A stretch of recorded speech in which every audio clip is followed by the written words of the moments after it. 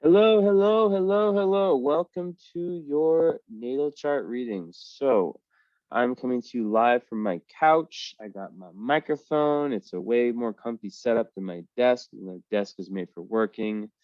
I just like to do readings from here. So let's go ahead and jump right into it. Okay, camera's looking good. All right, so where are we here? And for anyone watching, I post, so I've said this before, but I post all of my readings on YouTube for many reasons. The first being that when I send it to people, they tend to lose it, or it tends to, like, unless they save it somewhere. Like, I've had so many clients, like from 3-4 years ago, 2 years ago even, message me like, hey, I really want to rewatch the video, and they're not able to because I can't hold everything in my Google Drive. So this is the perfect opportunity, of course. I make sure to, make everything anonymous, take out the last name.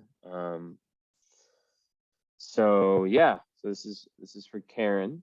And I'm gonna go ahead and share. Oh, let's move this over here. Shift some things up a little bit. Move this over here. Okay, perfect. So let's go ahead and just show the chart before you really jump into it. Okay, so this is what we're dealing with here. So as you can see, we have the rising at 28 Gemini.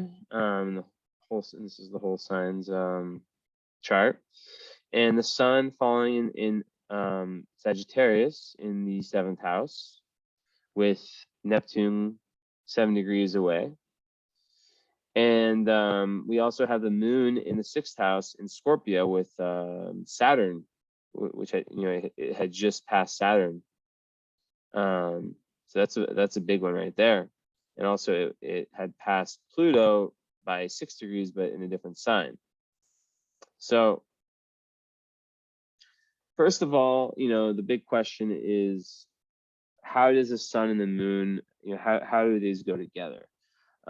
So someone with a sun in Sagittarius, they're going to be a free spirit, right? They're going to be someone who is going to be really looking for, especially, when you add the Neptune, and even Venus is within 9 degrees, they're going to be the kind of person who's really going to be searching for truth, for that deeper truth, right?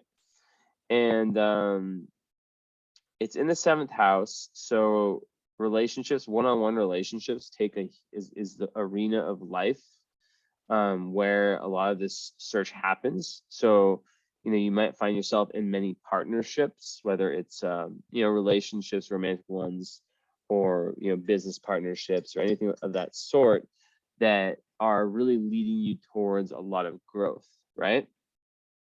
Because the essence of the fire sign Sagittarius is to go on. It's like, imagine the horseback going on so many adventures, right? Going on so many, like going to so many different cultures and countries, and being so open-minded, and putting themselves in many different philosophies, right?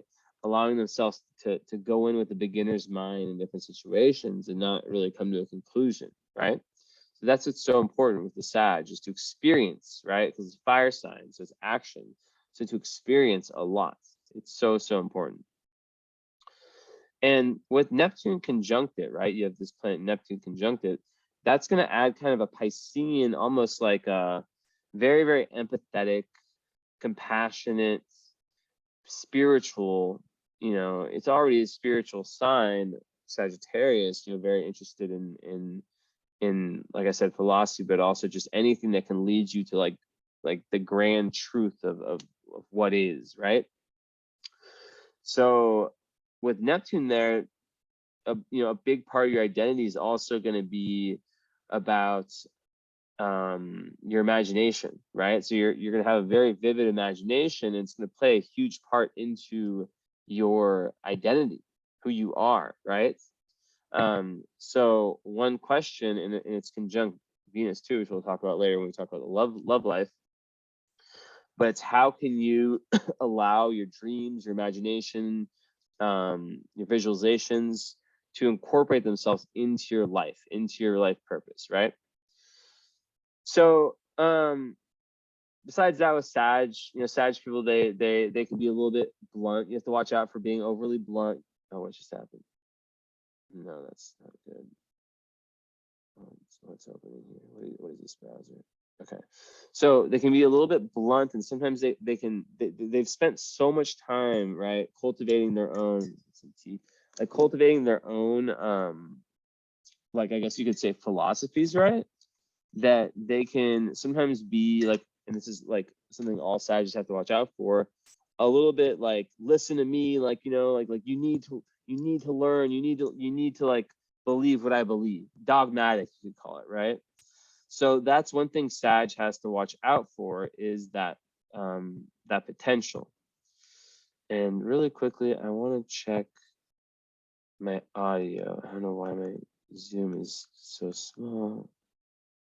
I've been having a lot of technical issues since okay, I'm gonna stop the share. Okay, there we go. Okay, I just want to make sure that this mic is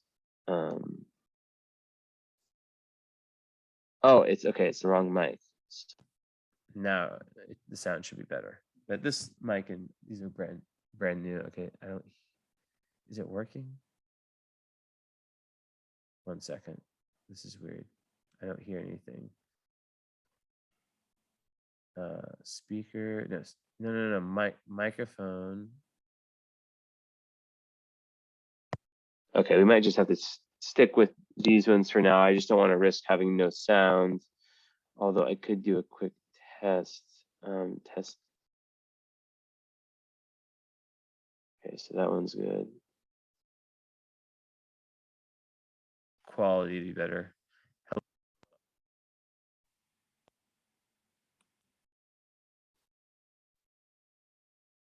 Let's try that just to make sure. Hello. Okay, we're good.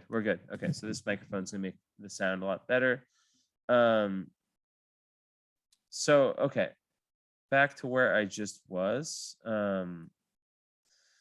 So yeah, that's with Sagittarius. You have to watch out for that. You also have to watch out for being overly blunt, like saying your opinion too much. And the big lesson is, there's like people learn truth at their own times, right? Especially when it comes to spirituality and things that can really improve their life. Because as a fire sign, you really want that person, especially in the 7th house, which it might be your partner, to learn and to believe in the same things you believe in, and to give it a chance, because it's had such a positive impact on your life. However, everyone gets to where they get at a different point, right? That is the important part here. So moving on, and there's a lot more to be said about Sagittarius, but it's very freedom loving. They can't be held down. They can't feel like they're being held down. They really see life as like this big adventure, and it's a very, very curious sign, kind of like its opposite sign, Gemini, which is your ascendant. So you have both of these, right? So you're definitely gonna be a very curious, open-minded person who's really seeing life as this chain of different adventures and different experiences, and you want to experience a ton. So it's very extroverted. But when we say extroverted, you have two sides, right? Because you've got that fiery side / Gemini, but then you've got your moon in Scorpio. So the moon in Scorpio is and am I on presents? Okay, whatever. I don't need to be. But the moon, I'm just go back and forth between these two, because I know anyone watching, or you, Karen, you'll want to see the chart as well, but I'm going to go back and forth. So, okay. So here, the moon in Scorpio in the 6th house, conjunct Saturn. So in essence, moon and Scorpio people, it can be a difficult moon placement, in the sense that you feel so much so intensely, right? And we need to see what aspects are going on here. Square Mars. Okay, so there can be some in conjunct Saturn, so in conjunct Pluto. So there are some 3 malefics that are aspecting the moon in Scorpio. So this can be a difficult placement. And the reason being that Scorpio moon people, they tend to really, really be sensitive and experience very intense emotional swings. Um, and they really, really need to be surrounded by people, especially in like close relationships, who understand that like they have an emotional need to be able to express all of their moods, light or dark, and feel safe with the people that they're around, right? That's so, so important for Scorpio moon. Also, Scorpio moon is very, very into research. They have this deep probing, like it's kind of goes to the post I made today. I don't know if you saw it, about the 8th house and just like Scorpio energy in general. Like they really want to understand the depths and the mysteries of the world, the occult, the esoteric, right? And also because it rules the emotions, the moon, someone with a moon in Scorpio is someone who will go through many death, rebirths, and transformations on an emotional, unconscious level throughout their life, which means that because of you being a Sagittarius and Gemini rising, which means that you're experiencing so many different things, you're going to have different events and different circumstances that are going to push you towards almost shedding snakeskin. So what gets in the way of this is this Saturn, right? So there could have been a difficult relationship with the mother potentially, where maybe she was really strict, mother or least dominant parent, give or take. And potentially what could have happened is that she would have inhibited your emotional, your ability to really express your emotions. Like maybe your emotions were so like scorpionic and deep and intense that it triggered like people maybe in your own family when young. And because of that, you kind of had this energy to kind of push push those forces down, push your true emotional nature down. Maybe it wasn't even your family. Maybe it was, the early environment. We can't really tell. I mean, my guess would be in the 6th house. That's something that's very karmic. The 6th house is a very karmic house.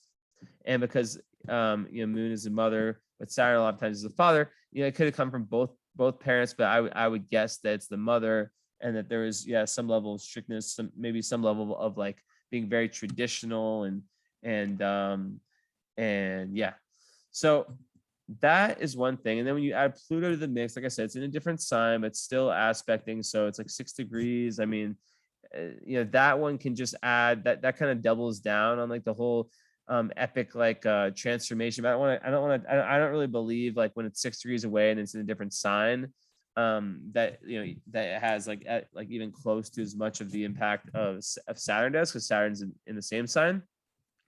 But that, when you combine Pluto with the Scorpio moon, it really makes sense, and it kind of doubles or triples down even on those themes of death, rebirth, and transformation.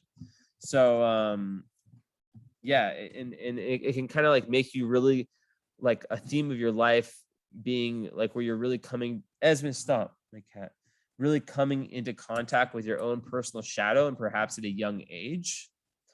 And yeah, so it's an interesting placement.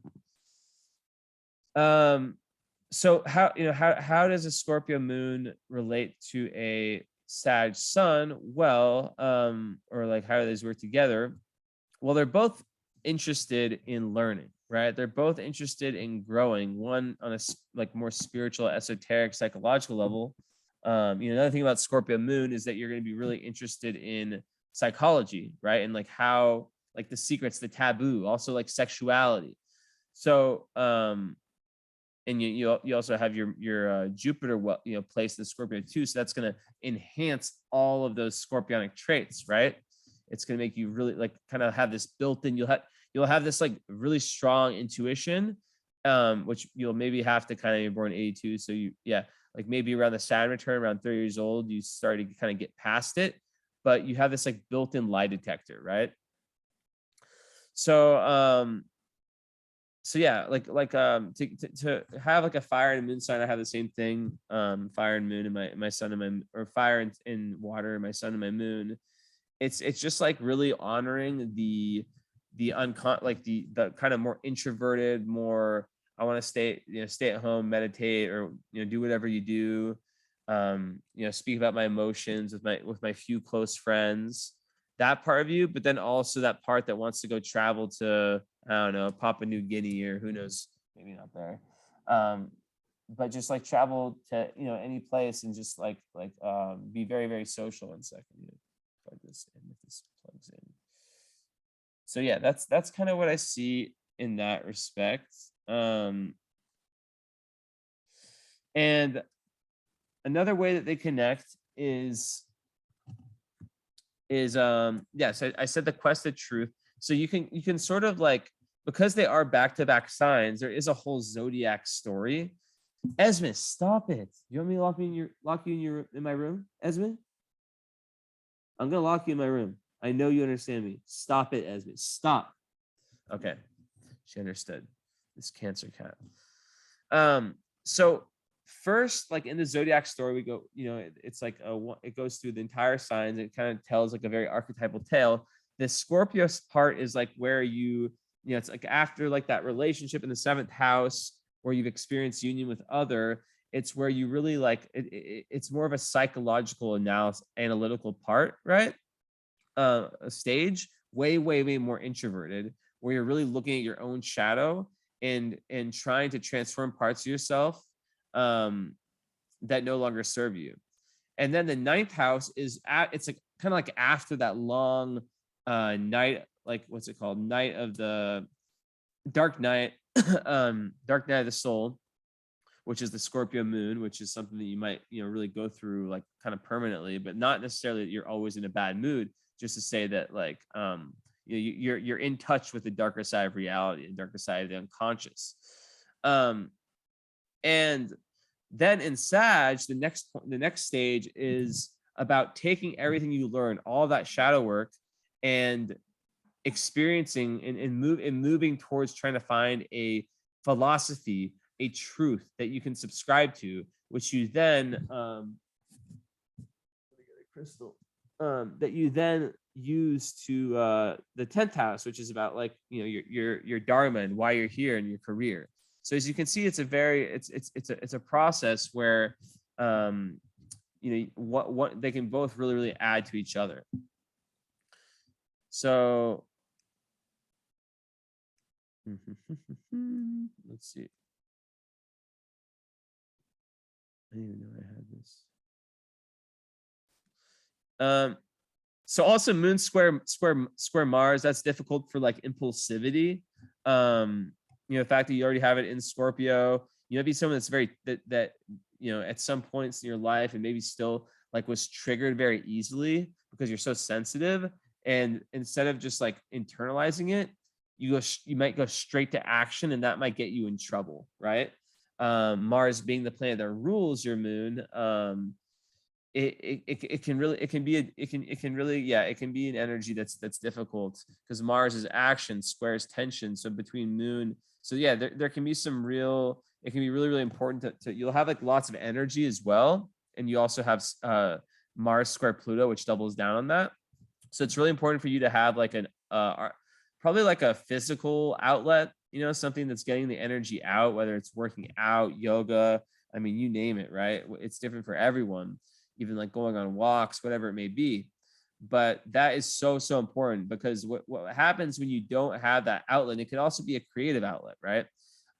Is that energy kind of boils up inside, and then there's just like these scorpionic exchanges, and you know better than anyone as a Scorpio, and whereas the Black Moon Lilith, it's in Capricorn, regardless, that Scorpios know how to hurt.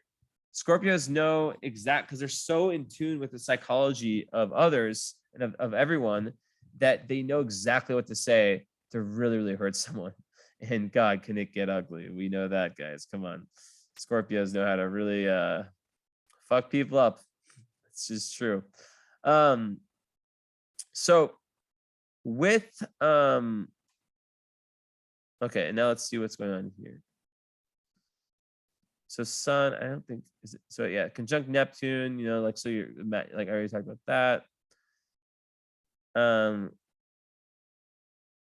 sun trine midheaven. So you're gonna have like a big link between that Sagittarian kind of pursuits is going to be very linked to your career, and your midheaven's in the 11th house, which means that you're meant to that like your career, and it's in Aries, like your dharma, I think it's really meant to be shared with other people. It's meant to kind of have like a common goal. There's like a common goal, even though you are like having a very entrepreneurial spirit, because Aries is the sign of the self. I believe that you're really meant to find like a common tribe of people that you're able to maybe be a leader in, but also work well with. And South Node in Capricorn, that's kind of some like past life boss energy, but it's also conjunct Black Moon Lilith and Mercury, which to me gives me an idea that in past lives, you really in 8th house, you really benefited from very strong alliances, and you're a very, very powerful person. And you have a tendency to kind of be very, very powerful on like the physical level. And but maybe like to the point where there's like some social climbing, kind of stepping over other people, right? Because Black Moon Lilith in Capricorn, Black Moon Lilith is like kind of like the lower energy of that, right? And we see here, Black Moon Lilith in Capricorn, and this is just like one way of looking at it. You're often willing to take responsibility when others are not. However, the problem comes in that you don't recognize when the need to let go happens. You don't mean to oppose your will to other people. At one level, you may believe that you can do a better job, or perhaps you think that you are the only one available. You may not be conscious of excluding other people, but you do. Sooner or later, those around you are likely to resent your need for control, right? But this is like, I see it even more as like the Black Moon Lilith is like kind of like, if you go like in the really negative low vibe direction, it's kind of like where you go. And in Capricorn conjunct South Node, and with all the other energies, it makes me think that like almost overly dominant when it comes to the whole career game, right? So with and also like too much of an emphasis in past lives on the the alliances and taking your power from different, like for example, like if it's like forming strong alliances, and not enough on going within, right? And also too much emphasis on the public and the more masculine energy represented by Capricorn, and not enough with the feminine, more Cancer energy, which is represented by Cancer in the 2nd house of Taurus. So it's like Taurus, Cancer together, North Node, which is like the destiny mark in astrology, right? It's like the mountain never climbed in past lives. To me, that's really indicating that on one level, you're here to learn to really trust yourself, and to not fear the swings and the changes of life, and to find these internal kind of sources, internal resources, right? Where you don't have to rely on person A, B, or C, where for example, like meditation is a perfect example of this. And it's, in a water sign Cancer, where you can kind of get in, get in depth, or get deeper in with your own emotional patterns, recognize them more, right? So that's like it's like a very big emotional, destiny for you to get to know yourself better on an emotional level, and to not overly prioritize what you're doing on a career level. And that's not to say that you're not meant to really be doing things on a career level. Obviously, we see that you have so many of your planets above the horizon, which means in this area, which typically indicates someone whose life, who, like if you wrote an autobiography about them, a lot of the energies would be more towards, what can you say, like career stuff than like if you wrote the autobiography, like it would be like events as opposed to just like emotion. Like if someone had like all their plans down here, or a lot of them, their biography would have a lot of like, oh, this emotional thing happened, or this unconscious thing happened, or this realization happened. So yeah. Moving on. Yeah, and the fact that's in the 6th house, the moon also, it just like the 6th house is about service. It's about routine, about health. So there'll be a link between your emotional well-being and your health, which is really important. You have Jupiter and Saturn in that same house, so those kind of offset each other in terms of like any implications about health. But yeah, so and also like emotional need for having like a steady set routine, whether it's health, the foods you eat, kind of like the hour, like what you do during the day. There's like a real emotional, and also like it's a house of service, so you might like serving other people, so you might be like a very like good employee potentially. But then again, I do see the Aries midheaven, right, which you'll choose a profession which provides independence and autonomy. So yeah, anyways, moving on. I'll stop the share for a little bit. So moving on, in 1 second, I just want to look at one quick thing on my phone.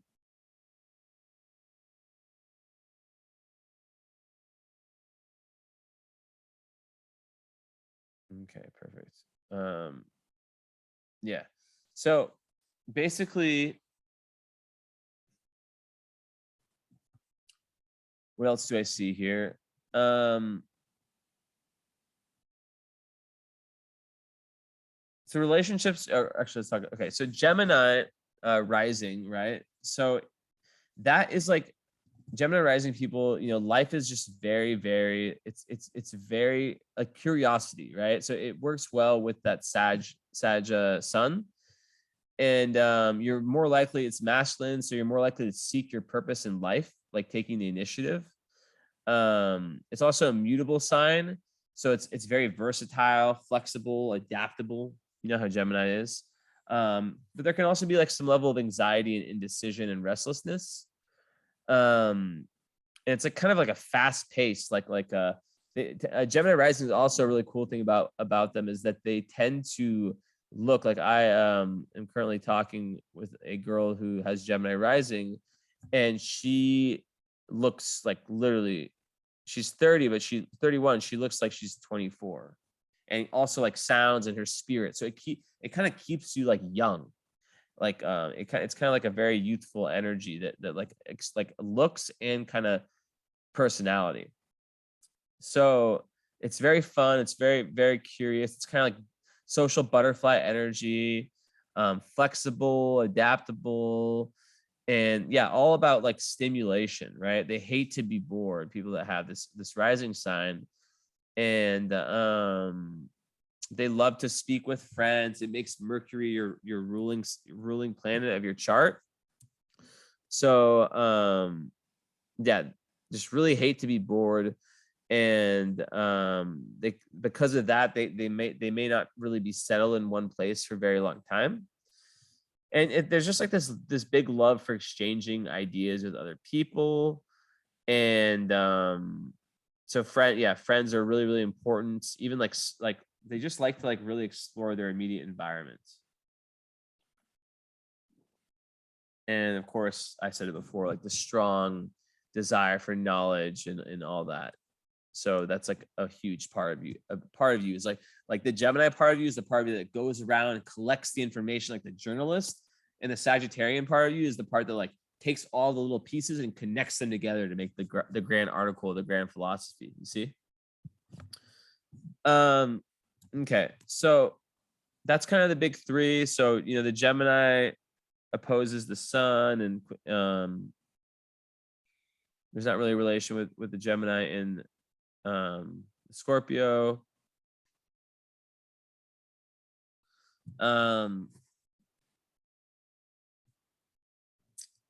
So yeah, so a good mix of elements there. You have the air with your ascendant in Gemini. You have the water with the moon in Scorpio.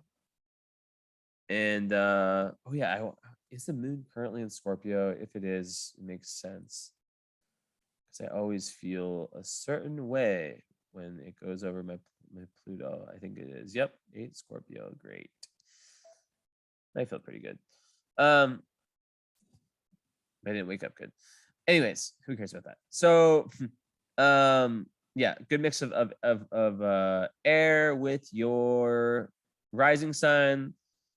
with fire with your sun sign, Sag, and with water with your moon sign. And then is there earth? There is earth. So you have all elements. Woo! Mercury is in Capricorn. Bravo, bravo. All elements. Don't have to give you the speech of if you're missing earth, blah, blah, blah, blah, blah. Okay. And then you also have your Mars in the air sign in Aquarius, just like me. Okay. So we continue. So we see how, we're setting the stage here, right? Mercury, let's talk about Mercury. So Mercury, you have it in the sign of Capricorn in the 8th house. So I just released an article on my Instagram about 8th house people. I'd count you in there because you have the Mercury in the 8th house, and then you also have a Scorpio moon. And basically Mercury in the 8th house, Mercury is like how you speak, but also how you think, and also like where your brain is directed towards. So it makes one really keen to research the meaning of life. I don't know how else to say it. Where you might be really fascinated to learn about sex, death, any of these subjects that like delves beneath the superficial. So you're not going to be, even though you are a Gemini rising, which makes you like, most Gemini risings talk a lot when they're comfortable with people, but your communication might be of a more psychological, deep type of communication, especially as a Sag, right? And Scorpio moon. So you're definitely a deep person who likes to have deep conversations. In Capricorn, interestingly, it makes you kind of a wise and careful thinker, which is really, really good for this kind of spiritual world because there's so much bullshit out there. And you'll really, you'll place a lot of importance on credibility.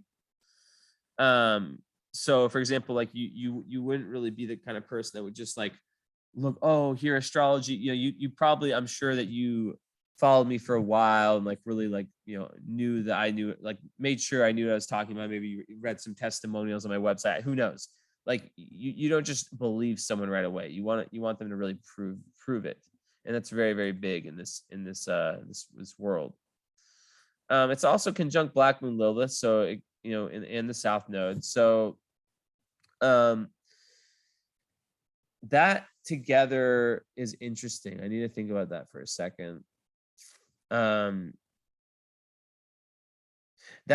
might be like, because Mercury is how you think, and kind of the lower energy of Capricorn is like being overly rigid, right? So maybe it's like and obviously this goes totally against, but it could be maybe in past lives you weren't like open-minded enough and curious, like intellectually open. And that could also go back to the Sag thing I was talking about earlier with the dogmatism, right? And I found this thing, I'm not willing to like to hear another person's side. I know that might not sound good because you've probably grown so much in that respect, but yeah. It can also just be like domineering in terms of your communication, and maybe something about like thinking like I'm so much smarter than these other people, like I need to do it all on my own, when you can actually benefit from synergy and teamwork. So those are just a few. Let's actually like go to my notes. I have this thing I like to read where it breaks down the Black Moon Lilith into different fears. It's very quick. So Capricorn is fear of neglect. So Black Moon Lilith in Capricorn creates a fear of not being acknowledged and recognized. As a result, they try to control situations as much as they can. So that's another thing, control. So maybe control through thought, as it makes them feel like they're empowered. The more they try to dominate and control, the more people refuse to acknowledge the good being done as they feel dominated. So this is like totally like related to the past lives, by the way. So this pushes people away. Integration comes from learning how to delegate and let other people take the lead. Control is an illusion of security and needs to be tamed. All righty. So control is an illusion of security and needs to be tamed. So letting go. Very interesting stuff there, madam. Okay. And then in terms of aspects, oh, you have Mercury conjunct Venus. Beautiful. That adds like a lot of beauty to your communication, right? So the way that Venus, the planet of love, the planet of all things nice, on your Venus, it gives you like a very nice voice, a very calming, soothing voice. that is relaxing and grounding to people.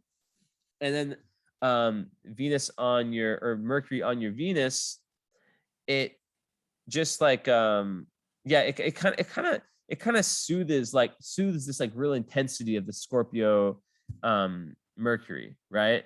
And it can kind of like help you get what you want when it comes to speech, and give less of a cynical, because like this is really good for you, because like the Scorpio type, 8th house type, can be rather cynical.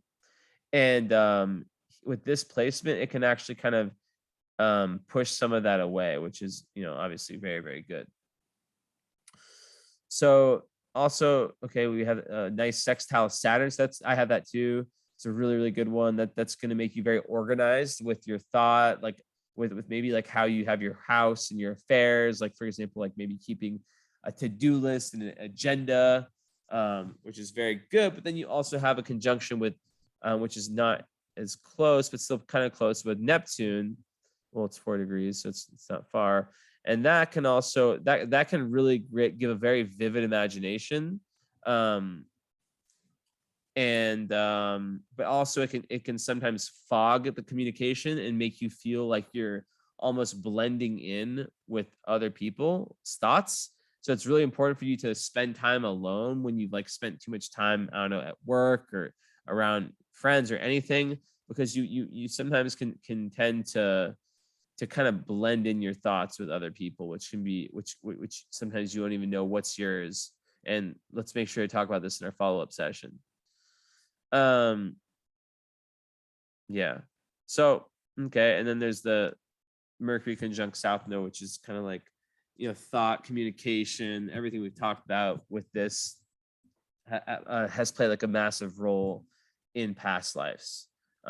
Maybe you're like a researcher or someone that really relied on the gift of gab or the gift of thought in some way. That I've kind of gone into that with the Black Moon there too. So the fact that the 8th house is ruled by by Saturn, which is in the 6th house, maybe I should talk about that later. Let's talk about relationships later. Let me think for a second.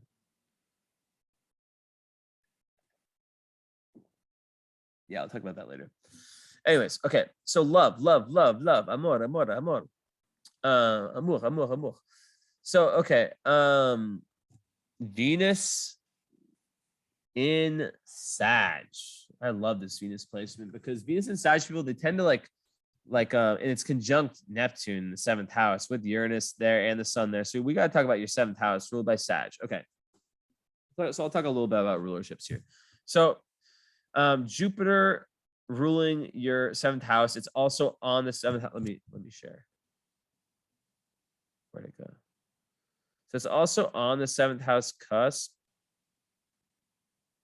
So you see Jupiter's here. It's very close to 7th house cusp. And it rules the 7th house. So that in itself is like, lots of luck in relationships, lots of expansion that you're experiencing through your relationships.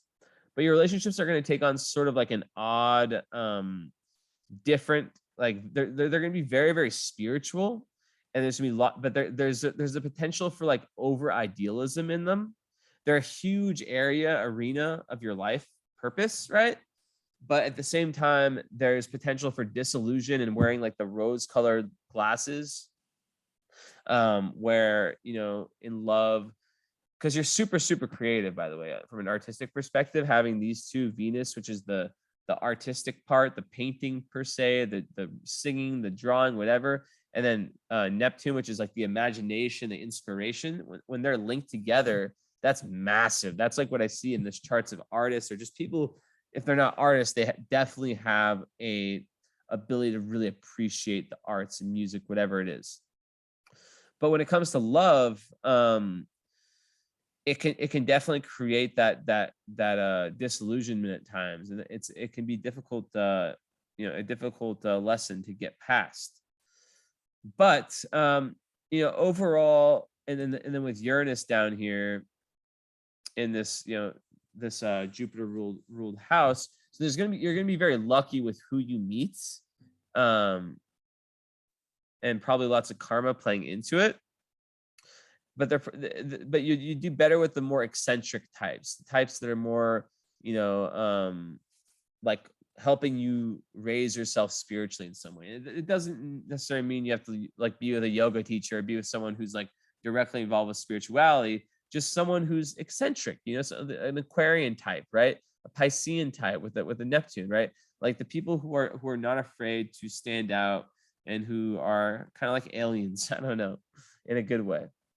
But Venus in Sag, the love language, they tend to like people from different cultures. They like people who can really help expand their worldview, who can teach them, who can help, move them towards that Sag Sun mission of learning truth. So, wise people.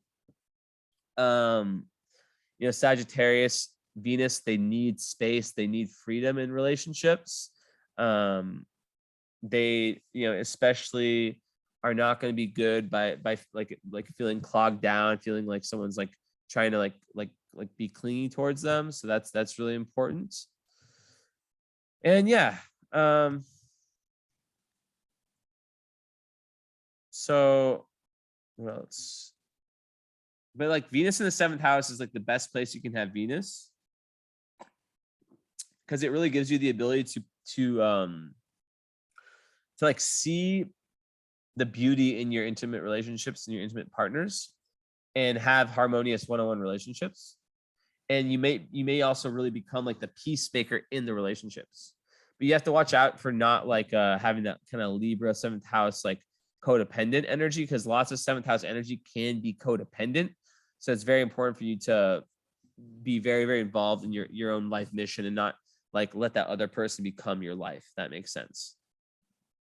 And also like another thing about Venus and Sagittarius, like it goes with your sun sign, is that you love to share adventures with your partner, right? Whether it's like traveling to different cultures, or just even like hiking and doing physical things.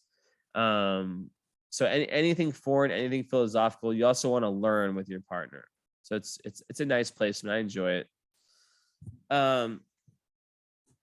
But yeah, there might be, like I said, like with the Neptune there might be some fog that shows up in that area, and it's best to kind of reality check. And if you have like a friend who's grounded, like a best friend or a therapist, to kind of like take things slowly when it comes to relationships. And you might be married and all this is kind of taken care of already, but getting like a second opinion and taking things slow is very important in my opinion with this placement.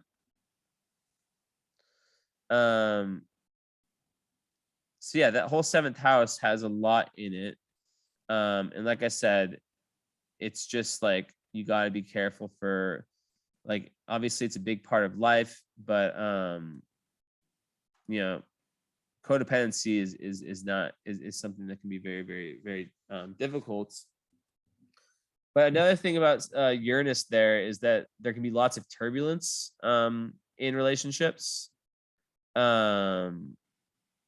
Unexpected events that can kind of come, and there's a strong need, like I said before, it kind of doubles down on this, right? This is the beauty of astrology. We see like themes set different ways in different parts of the chart. There's a strong need for freedom, and there can be like a rebellious streak if that's not met. Sometimes people that have this can have like open relationships or unorthodox types of relationships also.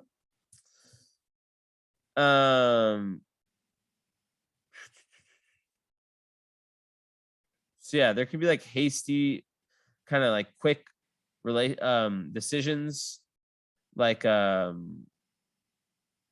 with relation to relationships. So it's not to say that people that have this will not get married. But it takes time to get it right. You know what I mean? But because you have Venus and it's Jupiter ruled and your sun's in there, you're gonna like karma and fate will play a huge role in your relationships. Okay, what else? So yeah, it's really important to have like that kind of grounded individual, because yeah, it can make things really go up and down. And it's the same thing for business partnerships, where there might not be like much stability in them. There can be like lots of erratic up and down behavior. So yeah, it can kind of create some displacement there. And it's also not favorable for legal matters, right? So yeah, like watch out for like don't be like watch out for anything that has to do with legal, like trials and stuff. So yeah. Let's see. Did I forget anything about the Neptune? I think I pretty much said everything about Neptune. So yeah, okay. Searching for perfection in intimate relationships. That's the one I wanted to add, where you can become disillusioned with imperfect partners. It's all about attracting spiritual unions. So yeah, so basically like an example is like you meet someone, you think they're perfect, and you spend time, everything's so perfect, you're telling all your friends, blah, blah, and then one day, boom, the pink cloud's gone, and then you see them like, fuck, like I don't actually like this person. And yeah, so it can be a scary thing. So you just have to really take things slow and kind of like have a therapist or someone who you're able to kind of work through this with. But it's very, very romantic energy.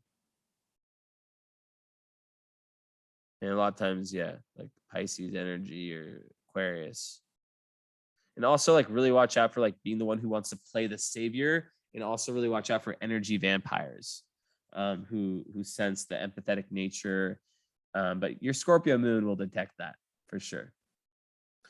So speaking of Scorpio, we can kind of go down that next house ruled by Scorpio, so ruled by Mars with Saturn, Moon, and Jupiter in it.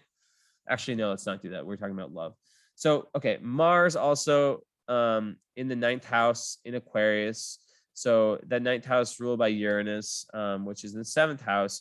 So there's going to be a link between. I definitely see you as someone who would probably do well with people you meet from different cultures and who are traveling. Maybe you meet them traveling, or maybe you meet them where you live.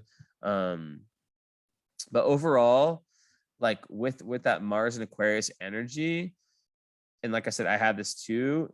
It's very hard to like kind of like for people to understand like what makes Mars and Aquarius people, like it's very unpredictable energy. And they tend to want to be like very, very good friends with lovers. And they really want to have that super high intellectual connection with the person that they're going to be getting with. Also, let's be real, Mars and Aquarius people, they freaks. I don't know how else to say it. And like in sex. And yeah, they really just like to, they're very, very proud of their independence. So once again, you are a very independent person that needs tons of freedom, and you're very, very good at, you're very progressive and open-minded, and you're also very good at giving freedom in whatever ways that is, right? So like I said before, this is another way. If you feel boxed in relationships, you're going to rebel. So there's kind of like a shotgun style approach with like different projects and different things you're interested in. It's not a fire sign, but it's air, and it's fixed air. So you're really able to kind of like get things done and continue through with them. So what's really interesting about Mars in Aquarius is that you're very good at getting your way, right? Like with the fire Mars, like you're being dominated, right? I always say this. With the Mars in Aquarius, it's like you might not even know you were dominated until way later. And you're like, fuck, that person totally finessed me, So very, very clever at getting what they want. So it's not a very aggressive position, Mars sign, but it's very willful. What else can I say? Yeah, super, super creative getting what they want. I've seen that happen.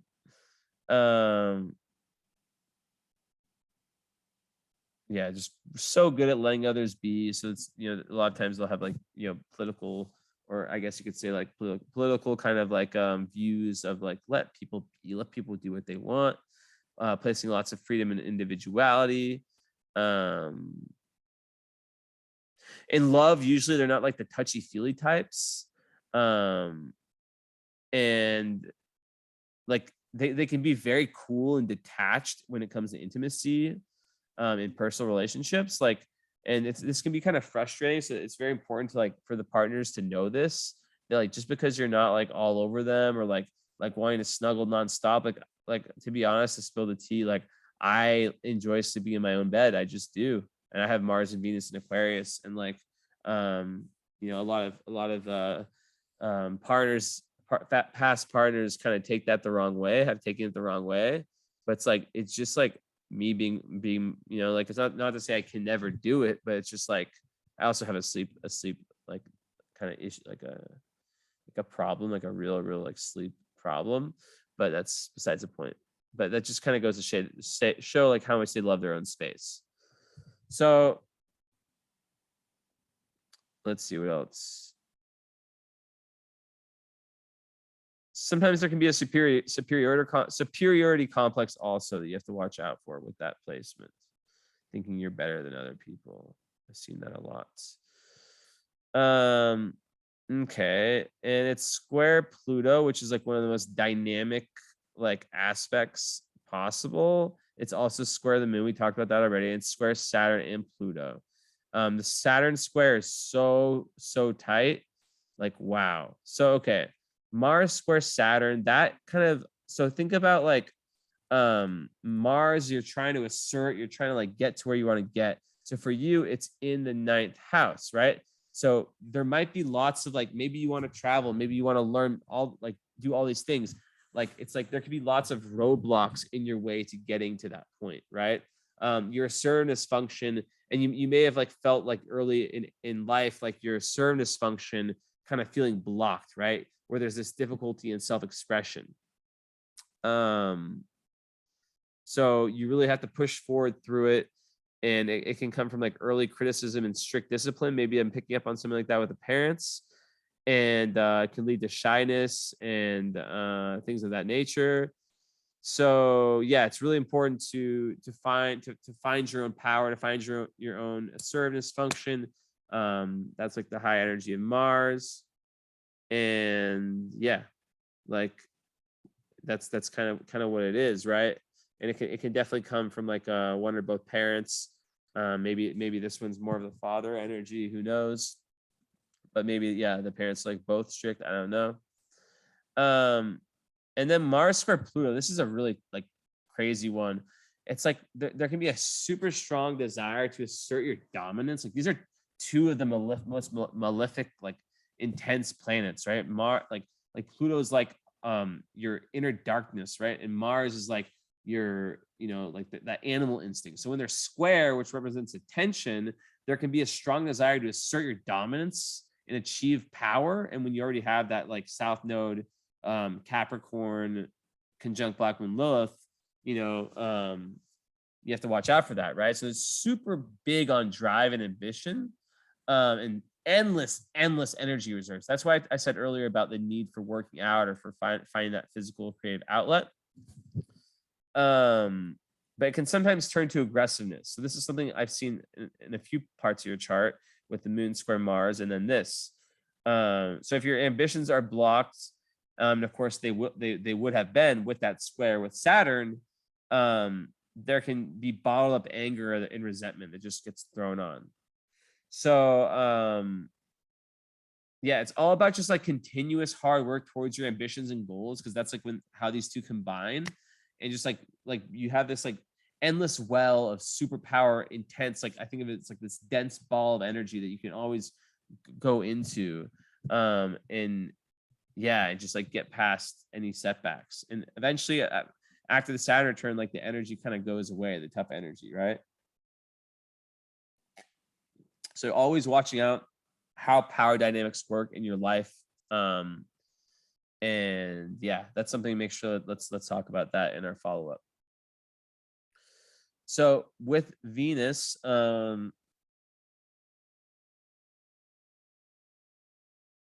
know, nice sextile Saturn, that indicates the potential to be someone who can have very long-term relationships.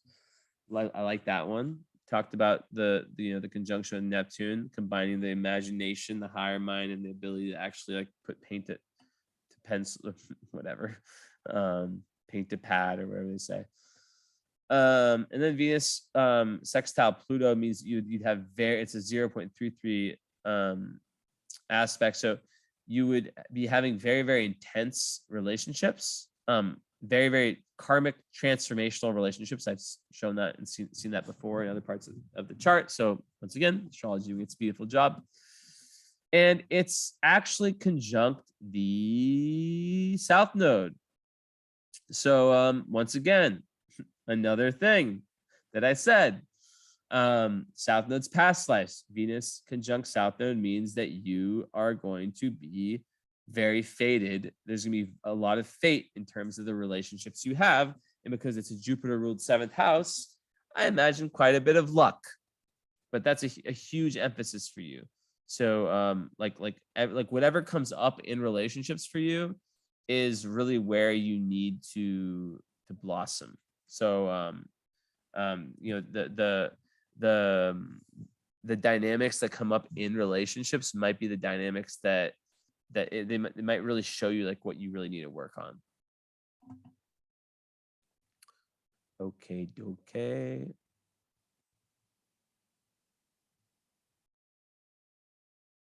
And then Venus is also conjunct Black Moon Lilith. So, it's in different signs. So it's kind of like, but still, that's just like,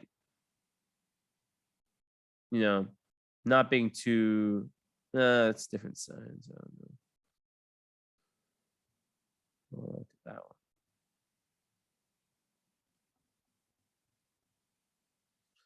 But yeah, I guess like it goes back to the whole power dynamic thing in relationships and kind of like always watching where you're at with that. So I'm satisfied with that. So Chiron in okay. Let's go back down here. So okay, so 6th house. So you have a lot of the 6th, 7th, 8th, and then even 9th, right? So we talked about the moon. So the 6th house ruled by Mars. So 6th house is the house of like being of service and ruled by Scorpio. Your daily approach to life is very intense. You can even be like a health fanatic or like a very compulsive worker or like workaholic type stuff. But Saturn there, just by itself, basically means that there's a big need for structured daily work, but there can also be like health problems early in life. And it makes a day like just like a daily like routine, like health, like just like all that really beneficial, like that routine. And it gives you very good organizational abilities as well. And Jupiter there is amazing. I really like Saturn in the 6th house. So you have a very strong 6th house. There's an emotional need for it. So it's a kind of Virgo energy, being of service and having that dialed down routine, and then also health. So Jupiter in the 6th house, work and health take on great significance, and you may incorporate your personal beliefs into your daily work and health routines, right? And then the fact that it's in Scorpio makes you on this really intense search for truth. So it goes back to this whole Scorpio energy, right? Where you have like you could be like a very transformative leader, like you're really, really looking to go into the occult, go into the esoteric, go through the death, rebirths, and transformations, right? Everything that has to do with Scorpio that we've talked about gets bigger with the Jupiter and Scorpio, right?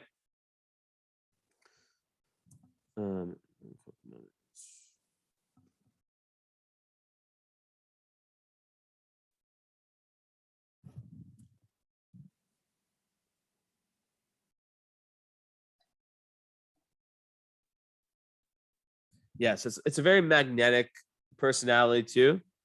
Yeah,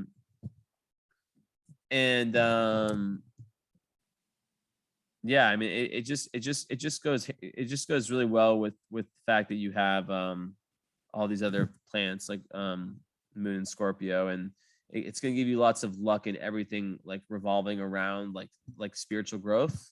And like I told you, it's like the built-in lie detector. Like, so another really great thing about Jupiter Scorpio is like, yeah, the psychic discernment. It's a better way of saying that, right? So I love Jupiter in Scorpio. Incredible emotional intelligence. What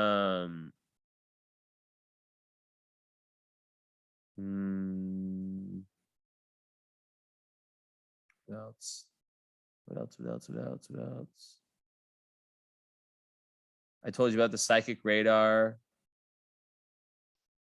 And yeah, like, so like Jupiter rules allies and mentors. So Scorpios are prone to have like this really gut feeling I told you about people. And so it's like your intuition about people is often correct. So this is a very synchronistic reading, and this happens a lot to me with many of my readings, where like the same theme keeps getting repeated, right?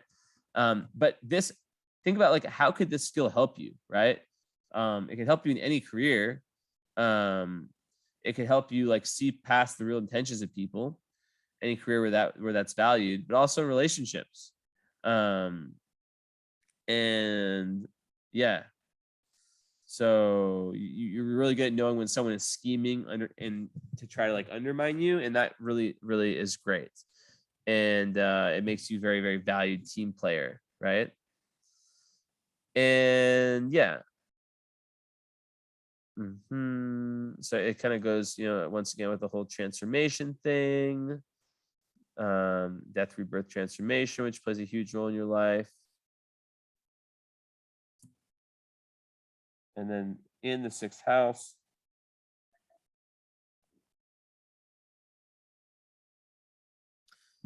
yeah, it's really, really good for your job.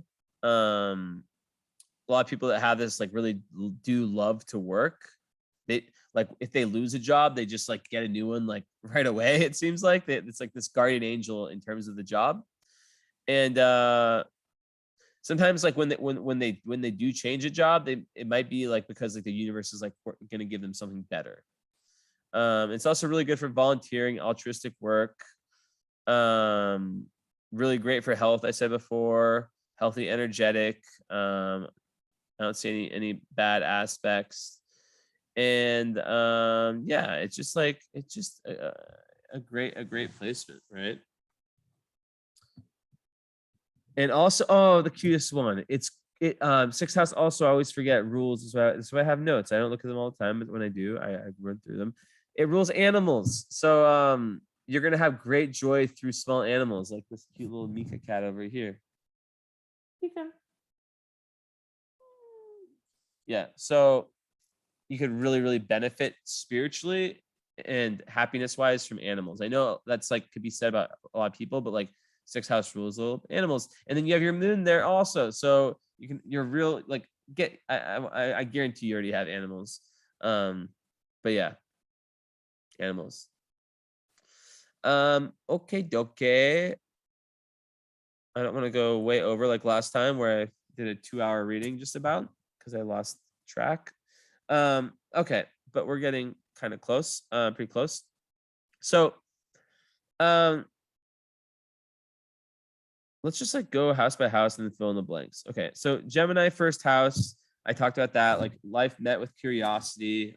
Make sure chart ruled by Mercury, which is in the 8th house. So like that curiosity gets channeled into the occult, esoteric depths. So it's not like this like kind of surface level curiosity like some Geminis have. It's this real deepness. 2nd house in Cancer. So that typically, 2nd house, money, possessions. So they'll like to really accumulate and hold on to money and possessions in order to feel secure, and really value. You may really value yourself as a caretaker of other people. And with a North Node in there, it's a karmic quest to overcome inner pride, right? And also to tolerate your own failures, because you might have a tendency to make life like more difficult than it has to be. And that's based on past lives where you had to work so hard for other people's respects. So you need to like really learn humility and to express your emotions in a very honest and authentic way. So then you're able to nurture others with your wealth of wisdom. And then that has a complete beautiful effect on career, right? Okay, third house, we got part of fortune there. Leo, third house. So, you know, you enjoy a good story, often taking the role of storyteller. And yeah, it makes you a very enthusiastic, fun communicator. And you may also take much pride in your siblings. And then you have your part of fortune there, which is like kind of like the flow spot where like, you know, it just works, you know, and it's not an actual planet. And in the third house in Leo, and it's also like, so in the third house, joy comes through communication, through, you know, communication and that high level communication within relationships, and really developing the higher mind, kind of lots of things we've spoken about already. So it's no surprise.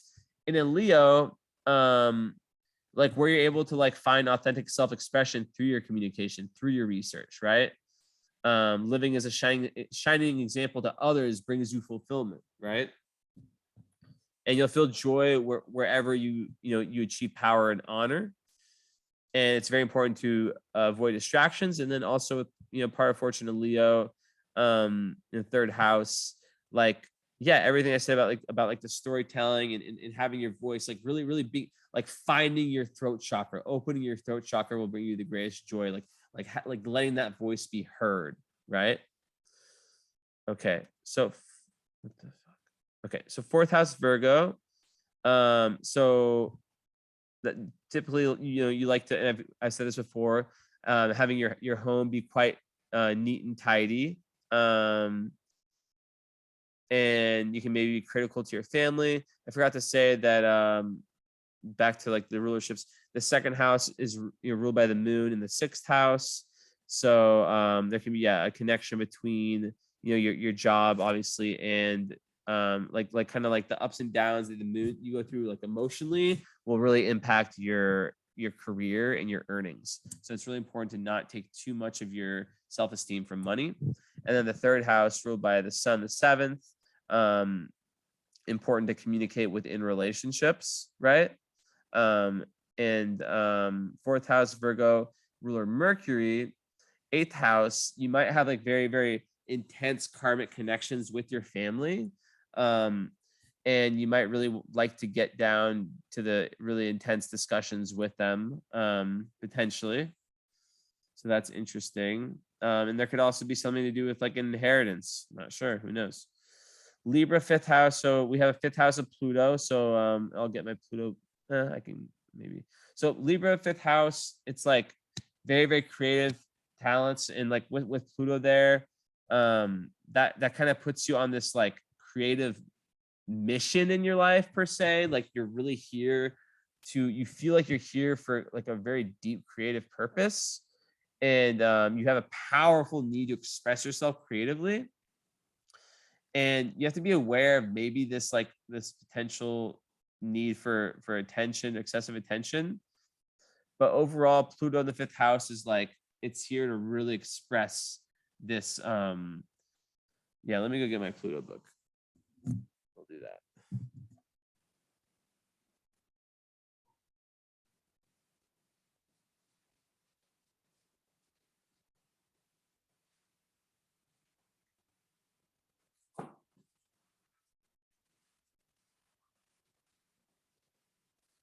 So Pluto is like, yeah, it's like the undercurrent, right? It's like the underworld, excuse me. So you really have to like karmically, it represents like the skip step in past lives. So you go down the underworld and then you find the greatest jewels, the greatest gold. So Pluto in the fifth house, there's a sense of destiny, a creative purpose. Destiny is to express yourself and find yourself through the expression, right? Kind of like art therapy type energy. So there's a need to advance some key part of your creative nature. There's lifetime spent where this development was sidelined, and there's a deep drive to follow creative urges and desires. And yeah, that's pretty much it. I already kind of said all that stuff, but whatever. So yeah, deep creative purpose. So 6th house, we went over that already. That's like the Scorpio house. 7th house, we already went over that. That's like the Sagittarius relationship house. 8th house, Capricorn. You're very responsible with other people's resources. You like to be in positions of authority. And there can be sometimes like sexual inhibitions, even though there is lots of Scorpio energy. And of course, like you also have Juno in that house too, which I haven't spoken about. That's another huge love planet. And basically Juno in Capricorn, like Juno's like kind of gives further clues to like the marriage needs, almost like the deeper commitment needs. And in Capricorn, it would say that you really need someone who is just like consistent and who's also down to be like your rock, but also down to like go through these like really intense transformations with you. Does that make sense? So someone who's willing to go through that scorpionic process, or at least be there and not judge you for it, that kind of stuff. So all in all, like with all the love stuff, it's very important to have someone that's going in the same direction with you as you. So like someone with a north node that's not like contradicting. So your north node in Cancer, you're here to really like at the same time be like more creative and take more risks on yourself, but also emotional risks. So you're really here to transform, right? With the 8th house Scorpio moon and north node in you have an exact trine between your north node and your moon. So you're really here that you're being pushed to kind of like go through these emotional death, rebirths, and transformations. Like the karma is pushing you there. It's giving you help through the relationships that you get out of karma. So with Juno, that's just kind of like adding another point to that about stability and the partner wanting to have that, or benefiting from that. But overall, you want someone that you can really grow with and expand with all that Sagittarian energy in the 7th house, and who's also down to really kind of like help you with the Scorpionic and the Sagittarian journeys that you're on. It really is that, with the Venus also in Sag.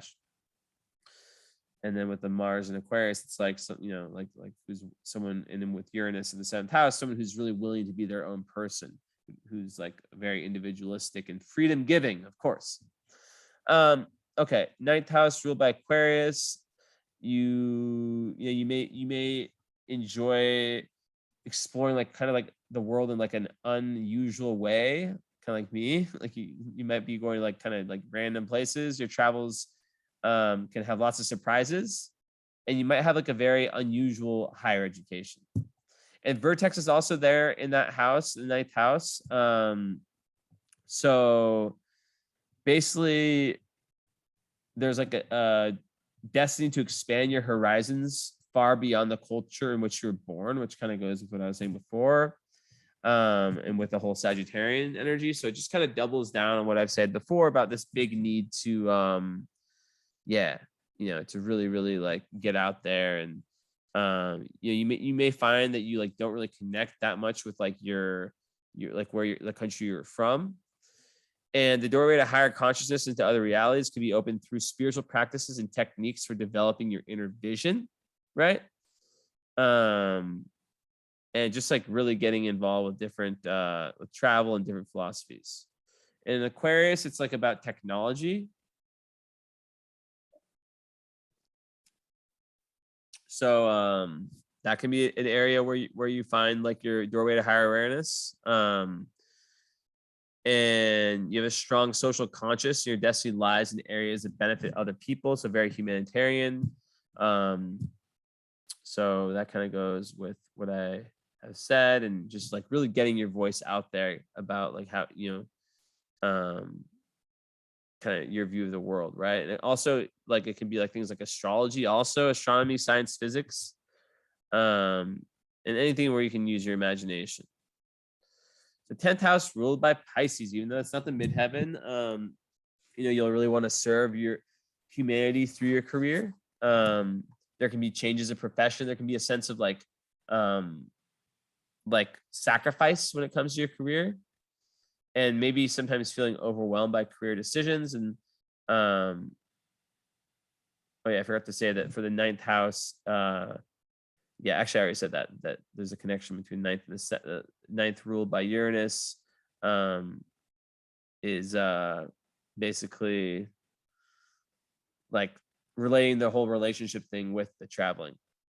But with the Pisces there in the 10th house, we're getting close to being done. Basically, Neptune rules, the 10th house. So, and that's so yeah, it basically like you're going to really want to be of service. You might, and you might do something like relationship counseling, or you'll really want to be of service through what you do. And also like business partnerships, like partnerships of any kind can play a massive role, but you really have to like they're gonna, it's better for them to be of a more spiritual dimension. So then Aries rules the 11th. We got the midheaven in the 11th house. That just means that you're a leader rather than a sheep, and you have your visions, and you'll only really do well with the people that give you freedom to really go towards what you're meant to go towards. And of course, I already said the midheaven there. But yeah, you're just like, it's complete leader energy, but like for the good of humanity. So finally, 12th house, you have Chiron in there, which is the last planet we'll speak about. But it's ruled by Taurus. So Taurus 12th house. And actually, there's some other things I want to say too. Your vehicle to spiritual heights will be through sensual means, through getting into the body, through tapping into that. And there can be some difficulty in remaining grounded.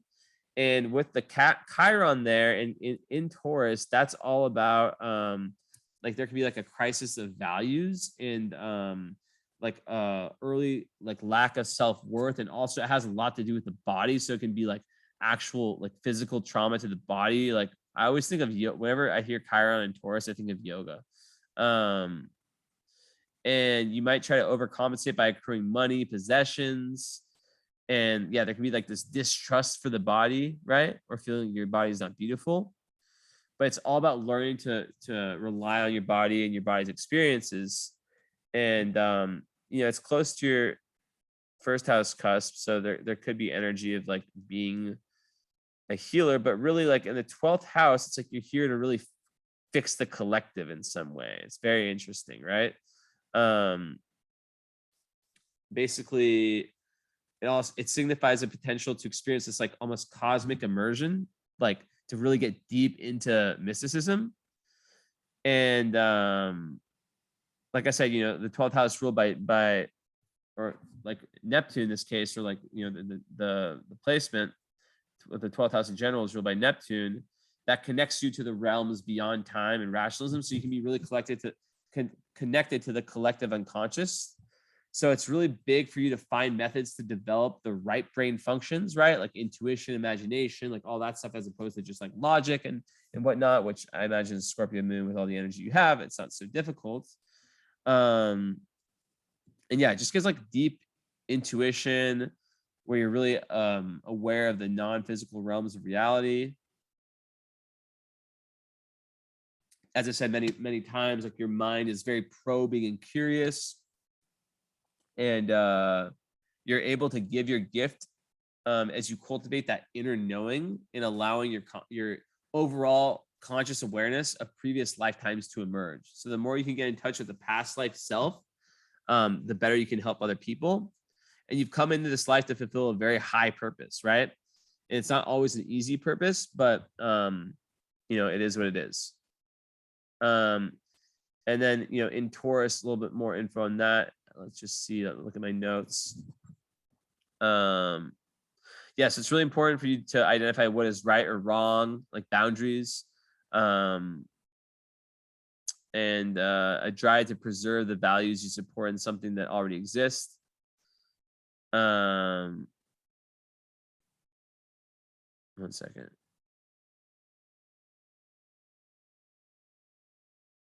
Hold up. Yeah, so it's just like the work is a preserver of values, and your role is very crucial in this. And just really yeah, getting into the body is kind of like there's so many secrets held within the body that can lead you to transpersonal forces. They're very interesting. Okay, so I want to look at a few other things and probably way over, maybe not way over. Okay, yeah. So south node leader is Saturn, so conjunct Moon. So there are, yeah, those inhibitions, like all of that karma, maybe with the mother, right? If that's the parent that represents the moon in the chart, the less domineering parent, that is from the past life, right? That's coming from the past life because of the south node being ruled by Saturn. North node being ruled by the moon also is saying that the key to healing that is also through the mother. Very interesting right there. Or through that relationship, through whatever that represents, which we definitely need to talk about in the follow-up. Let's see here. So nodes. What's interesting is that you're like I said before, it's trining your moon, so it is pushing your, like there is energy pushing that relationship or that force forward. We talked about the Venus one, we talked about the Mercury one. We talked about this trine Chiron, or trine, excuse me, Saturn and Pluto. So you do have this ability to be very structured and organized in your work, coming from past lives, and definitely some past life kind of artistic mystical ability that kind of comes in. So really quick, let's just make sure, let's see like if there's any like important aspect or fixed stars.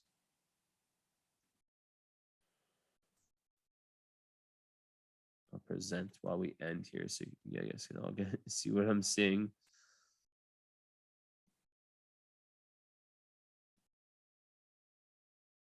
Okay, yeah. So good luck reading this. I have to go out. Okay, so I'm just looking to see if there's any conjunctions. Okay, nothing here. That's kind of out. What is that? Psyche. So that's still, the orbs are very, very short. I only look at conjunctions. I'm only looking for the inner planets, really. Okay, not much.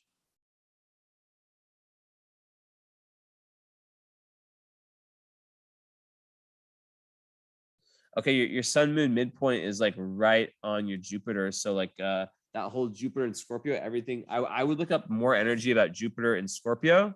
And that is like a big clue as to like where you can like really find like the harmony between your sun and your moon. And 053, 253, so that's two-way. Hecate. It's not close enough. Ascendant. Okay, here's one. So okay, this planet Betelgeuse. I don't really know much about it. I know it's one of the it's an important what do they call those stars, or 16 stars. Basically that's when you can look into Betelgeuse, but that you have that rising. Maybe I can do that now really quick. And then I want to see one other thing.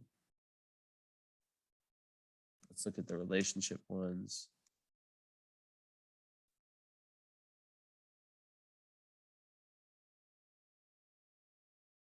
Okay. Where's the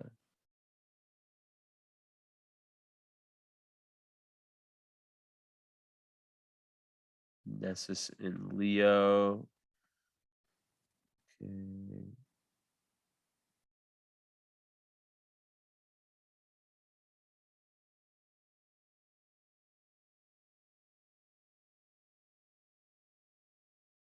Anyways. Yeah. So let me just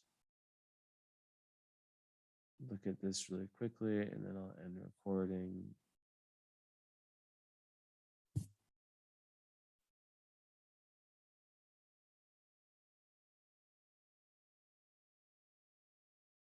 Let's see if we can get, and it's hard to find it information on here on the internet, but okay. So orb of 240. So you have Betelgeuse. I can't, I don't know if that's how you pronounce it.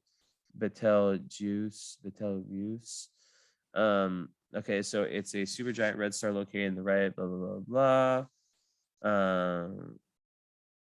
It's the second brightest star in the Orion behind Rigel. And so it gives martial. Some of these descriptions are so like old. Martial honor, permanent preferment and wealth. It's of the nature of Mars and Mercury. Okay, so in Gemini, so that's going to give like even more dexterity and it says argumentative, unreliable, unscrupulous, given it invective. Okay, very quick-minded, great talker. I need to learn about these and start doing asteroid reports. Okay,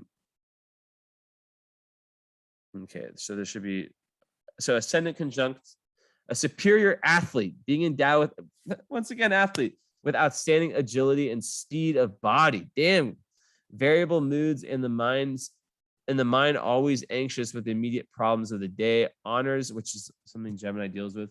Honors and titles will be given to the knave during this lifetime. Preferred luck, success, and everlasting fame can happen. If also in conjunction with Mars, there is danger of death by lightning, which you don't have, don't worry. Okay, cool. So we got a little bit of information on Betelgeuse. And yeah, so that is it. I went only 10 minutes or 11 minutes over. It's not too bad. So I'll get this done, put on YouTube. So a few other things. So we'll talk about this in the follow-up. So okay, I don't have to say that you have to save this because it's on YouTube, but some people like to find, like, you can go on Google and search like YouTube video saver or whatever, like a YouTube video converter or like say like something like that, and then save it like on your computer if you want to have both. I don't think my YouTube will ever get taken down, but who the hell knows? So it's better safe, but I think it's safe on here forever, I would imagine.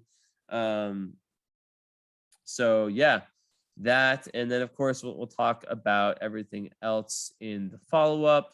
As you know, I offer many types of readings, including compatibility readings, Astro-Cartography, which is the astrology of how different geographic locations affect us.